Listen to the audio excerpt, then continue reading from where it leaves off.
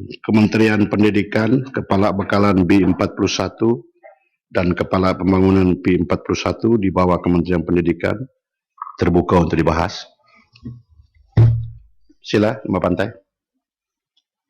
Terima kasih Tan Sri Pengerusi atas peluang untuk saya turut serta dalam perbahasan peringkat jawatan kuasa, dan saya merujuk kepada maksud bekalan 41 di bawah Kementerian Pendidikan. Secara khusus butiran 010000 di bawah pengurusan kementerian akan saya rujuk. Kedua, 050000 pengukuhan operasi pendidikan dan juga operasi pendidikan sendiri di bawah butiran 020000. Pertamanya, Tan Sri Pengerusi, isu pertukaran guru. Sememangnya pihak kementerian telah menjawab bahawa dasar sekarang telah banyak bertambah baik, di mana dikurangkan kadar pemisahan di antara isteri dan suami bila diberikan mana-mana penempatan baru untuk pekerjaan. Malangnya, ada juga jumlah walaupun kecil yang masih lagi wujud para guru dipisahkan daripada suami ataupun isteri masing-masing, sehingga kan ada juga kes di mana melalui pemantauan saya sudah 5 tahun pasangan berjauhan dan pertukaran yang dipinta tidak diluluskan. Pihak kementerian juga pada hemat saya gagal melaksanakan satu model pertukaran guru yang lebih sistematik untuk menyelesaikan isu pertukaran guru dengan baik yang dapat menjamin kualiti hidup mereka selaku tenaga pengajar anak-anak kita. Justru penjelasan dan persoalan saya minta pihak kementerian menjawab, adakah boleh kementerian memaparkan secara umum setiap pertukaran yang dipinta oleh para guru di laman kementerian, sebab pertukaran, tempoh berkhidmat, pertukaran dari destinasi satu yang ke lain dan option pertukaran yang ada. Setakat carian dan pengetahuan saya, boleh diperbetulkan kalau ada silap, pihak kementerian tak pernah memaparkan data terbabit dan selalunya dakwaan bahawa siapa yang kenal dengan pihak menteri atau Pak Menteri dapat penukaran, walhal yang tidak mengenali orang yang berkuasa terpaksa menunggu sehingga kekosongan option pertukaran itu wujud. Jadi saya pohon dipikirkan semula, dijawab dan diambil kira, termasuklah sama ada kementerian dapat memutuskan kalau permohonan untuk pertukaran guru lebih elok dilakukan 2 tahun seperti sebelumnya ataupun akan diteruskan dengan hanya sekali setahun.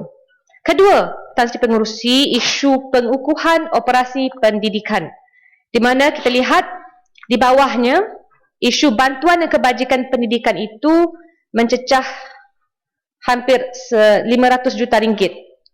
Jadi bila minggu ini dibangkitkan tentang hutang PTPTN dan penyeneraian hitam para graduan, kita juga memang gusar. Sememangnya seramai 132,801 peminjam di bawah PTPTN telah disenarai hitamkan, termasuk oleh Jabatan Immigration sehinggalah 30 September 2013.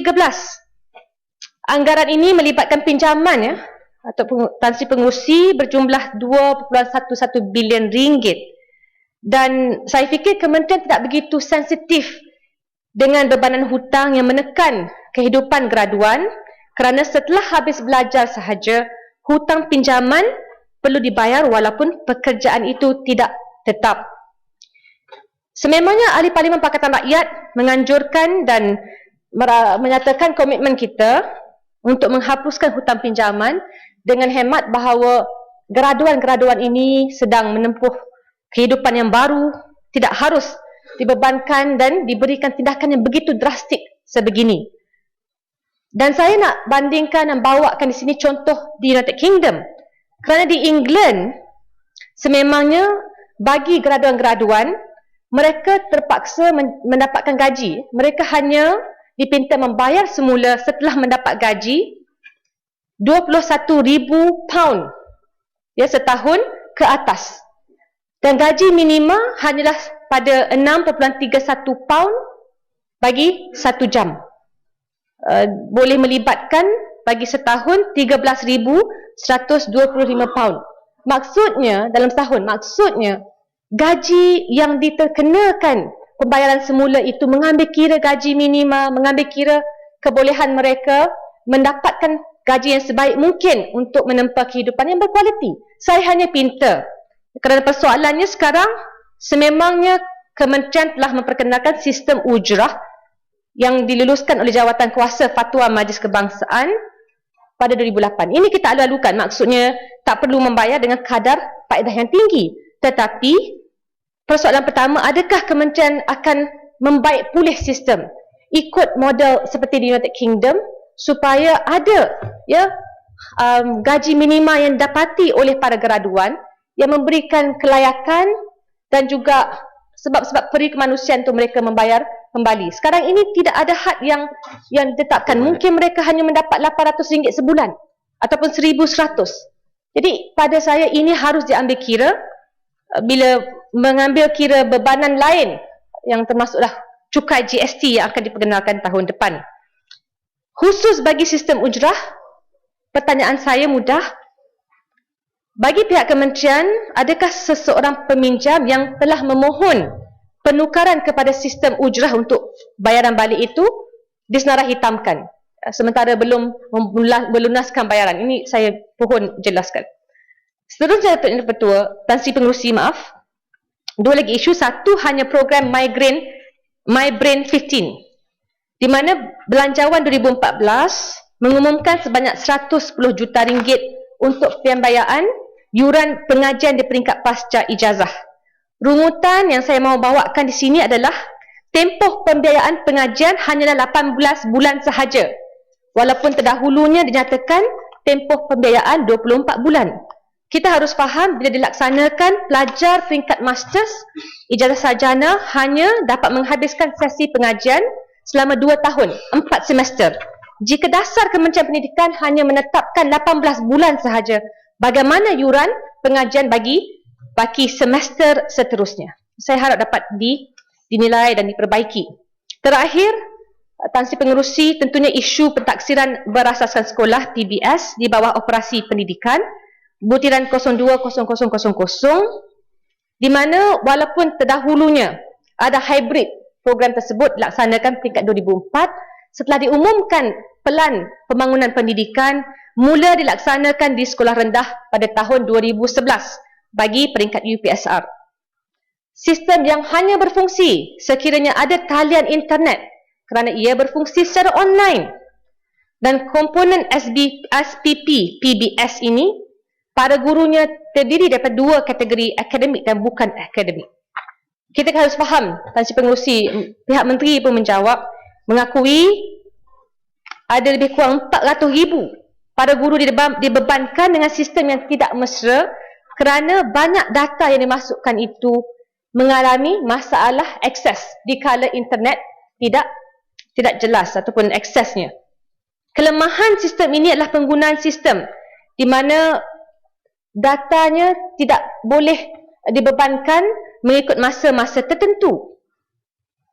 Jadi akhirnya para guru bila cuba memasukkan keputusan para pelajar di waktu sekolah sedang berlangsung terpaksa menunggu selepas tengah malam 2 pagi, 3 pagi untuk memastikan keputusan bagi setiap pelajar dilunaskan.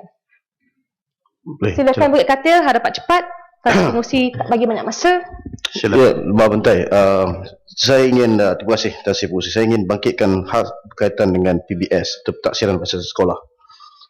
Saya fikir setuju tidak Pendiri Lembah Pantai dengan gesaan daripada Kesatuan Perkhidmatan Perguruan Kebangsaan Malaysia yang meminta Kementerian Pendidikan memansuhkan pelaksanaan ini dan dibuat dalam bentuk skala kecil dahulu, iaitu dalam bentuk pilot project sebelum memastikan diteruskan di sekolah-sekolah yang lain. Terima kasih. Terima kasih, Katil. Saya harap dapat dimasukkan poin beliau dalam perbahasan saya, Tan Sri Pengerusi. Kerana apa? Kerana kita bercakap tentang Kesatuan Perkhidmatan Perguruan Kebangsaan Malaysia.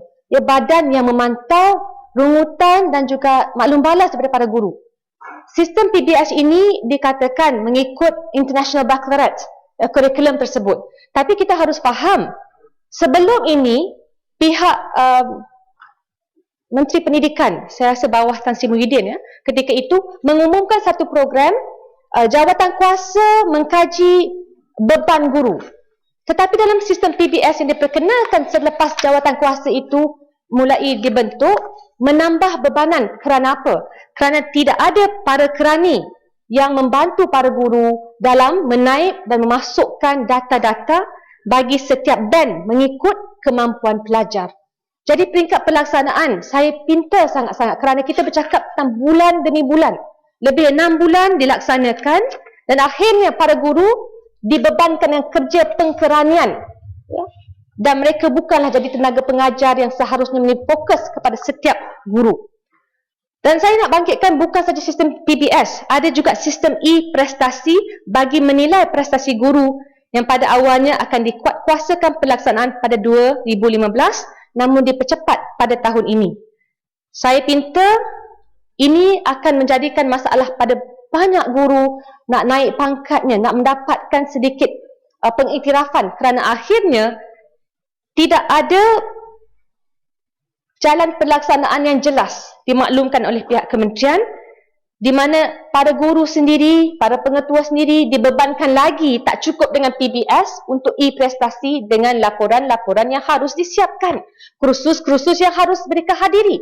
Sedangkan kalau saya sebagai produk sekolah kebangsaan dan anak saya juga yang akan saya daftar di sekolah kebangsaan, kita mahu para guru yang berkualiti mengajar anak-anak kita. Kebanyakan guru Tan Sri Pengerusi tak hadir kelas. Kenapa? Dia sibuk kena hantar, kena hadir kursus di bawah kementerian.